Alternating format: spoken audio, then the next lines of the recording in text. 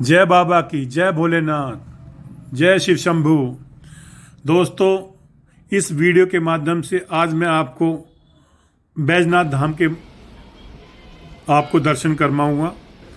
बैजनाथ धाम शिव भगवान के मंदिर के लिए फेमस है और यह मंदिर हिमाचल प्रदेश के पालमपुर कांगड़ा में स्थित है। यह धार्मिक और पर्यटन स्थल के लिए भी बहुत फेमस है। ऐसा बताया जाता है कि इसको द्वापर युग में पांडवों ने अज्ञातवास के दौरान इस मंदिर का निर्माण करवाया था। यहाँ के स्थानीय लोगों के माने तो मंदिर का जो शेष निर्माण कार्य है वो दो व्यापारियों ने करवाया था, जिनके नाम थे आहुक और मनुक। इन दोनों व्यापारियों ने इसको सन 1204 ईस्वी में पूरा करवाया था। मंदिर के प्रांगण में बहुत सारी छोटे छोटे मंदिर और भी हैं और यहाँ पर एक बड़े नंदी बैल की मूर्ति है और मंदिर के मुख्य द्वार पर एक छोटे नंदी बैल की बैठी हुई मूर्ति है। बड़ी नंदी के कान में जो भक्तजन वहाँ के आते हैं वो अपनी मन्नतें मांगते हैं। बताया जाता है कि जो इस प्रकार से मन्नत मांगता है यहाँ पर, उनकी सारी मन्नतें भगवान शिव पूर्ण करते हैं। यह मंदिर पहले चंद्रभाल के नाम से प्रसिद्ध हुआ करता था, बाद में यह बैजनाथ नाम से प्रसिद्ध हो गया। 13वीं शताब्दी में बने शिव मंदिर बैजनाथ अर्थात वैद अथवा नाथ, जिसका अर्थ है चिकित्सा और औषधियों का स्वामी, इसको बैद्यनाथ भी कहा जाने लगा। यह मंदिर पठानकोट मंडी राष्ट्रीय राजमार्ग के बिल्कुल पास स्थित है। बिल्कुल दूर नहीं जाना पड़ता, वहीं रोड से ही नजर आ जाता है। जिस जगह का नाम बैजनाथ है, बैजनाथ का बस स्टैंड पड़ता है, वहीं से बिल्कुल आप वॉकिंग पे इसको देख सकते हैं।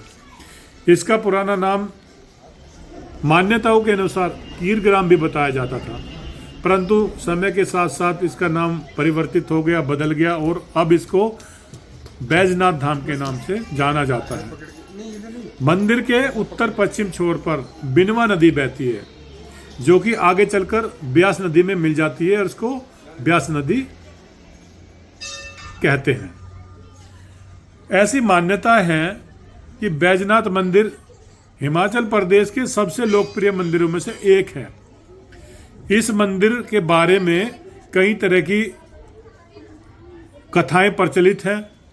इसमें से एक सबसे ज़्यादा जो कथा प्रचलित है वो यह है कि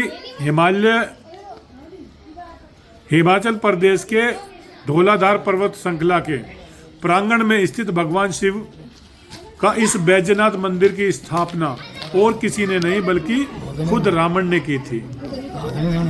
ऐसी दंत कथाएं हैं कि बताया जाता है कि रावण ने हिमालय के कैलाश पर्वत पर भगवान शिव को खुश करने के लिए तो एक घोर तपस्या की थी, लेकिन जब तपस्या का फल नहीं मिला तो उसने और घोर तपस्या शुरू कर दी और कड़ी तपस्या शुरू कर दी।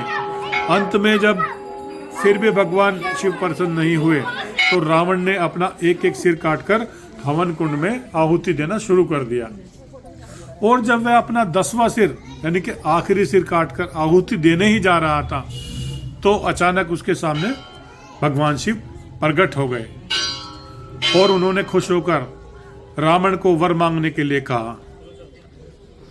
लंकापति रावण ने भगवान शिव से 2 वरदान मांगे। पहले वरदान में तो उन्होंने अथाह शक्ति, अपने लिए बहुत सारी शक्ति मांगी और इसके अलावा भगवान शिव से उन्होंने दूसरा वरदान ये मांगा कि भगवान मुझको लंका में आपके 2 शिवलिंग स्थापित करने हैं।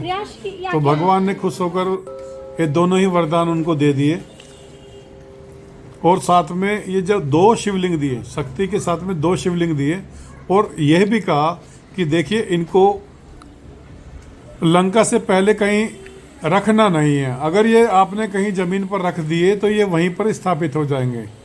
खुश होकर लंकापति रावण इनको लंका की ओर ले ही जा रहा था कि देवताओं की चालाकी की वजह से या देवताओं के बिछाए मायाजाल से इस जगह पर आकर लंकापति रावण को लघु शंका लगी। अब रावण परेशान था।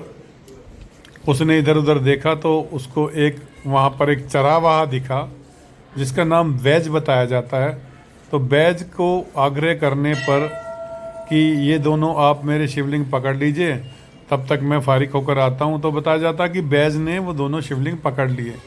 लेकिन देवताओं के बिछाए मायाजाल से उस बैज नामक व्यक्ति को शिवलिंग भारी लगने लगे और उन्होंने ये यहीं पर ज़मीन में रख दिए, जिससे कि बताया जाता है कि ये दोनों यहीं पर स्थापित हो गए। तो ये थी इसकी एक कथा। यहाँ से आप देख सकते हैं अंदर जहाँ पर भगवान शिव स्थापित हैं, और ये बाहर का एक दृश्य है जिसको आप इस प्रकार से देख सकते हैं। दोस्तों, दिल्ली से या देहरादून से या चंडीगढ़ से यहाँ पर बाई बस भी आया जा सकता है। कोई ख़ास दूरी नहीं है, केवल 200, 250, 300 किलोमीटर की दूरी है, और आराम से आप आकर यहाँ पर बस स्टैंड से ही ये आपको सीधा दिखेगा। तो आइए।